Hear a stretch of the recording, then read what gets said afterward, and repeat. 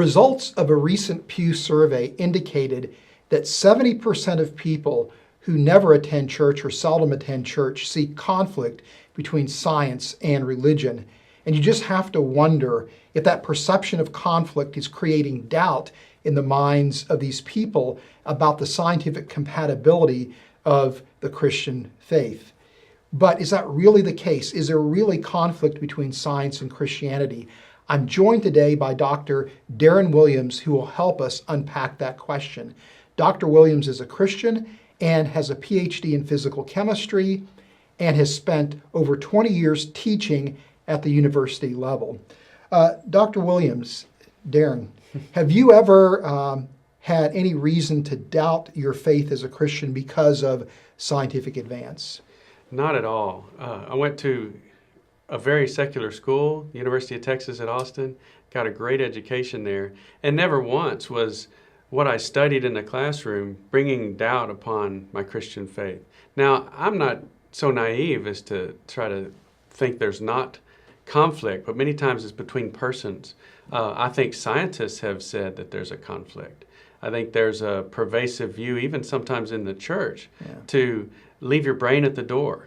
Don't think too hard or you'll think yourself out of your faith. And I've always been skeptical about those claims on either side, to just think that maybe that's not the right way to go about it. I don't want to have to split my brain or my personality into two camps, my scientific camp and my Christian camp. I've tried to become a whole person, and never once have I had to split those. I don't see that in the Bible. I don't see that in my chemistry books where I have to leave my brain at the door or leave my faith at the door when I participate in either one of the activities. Okay, has there ever been a non-scientific reason for you to doubt your faith? Well, when I think about the Christian faith, I want to unpack that for a little bit. What is meant by Christian faith? It's really, you reflect upon what you've read in the scriptures, looking at what the Bible is claiming and what it's not claiming, looking at the nature of faith. What is it really? The best definition of faith that I've come across is an earned trust.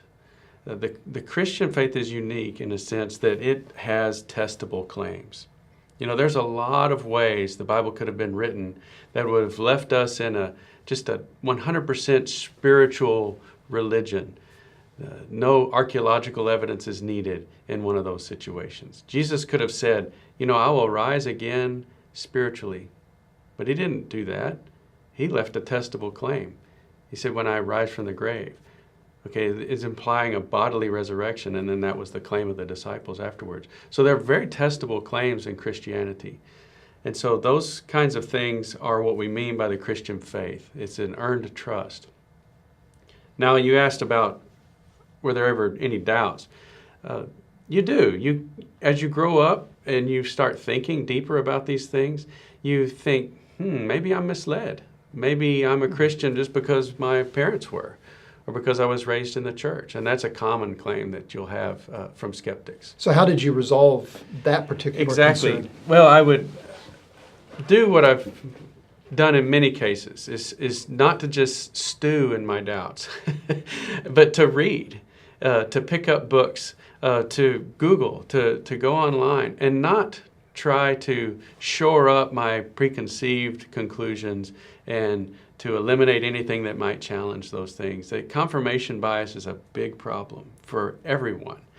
And you want to pull the thread and really seek the truth. You don't want to just sort of build a barrier that contains all of the things that support your view and allows you to ignore the things that don't support your view. So digging into the debates, listening to challenges, debates between Christians and non-Christians are fantastic. And so I have a pretty big hunger for those.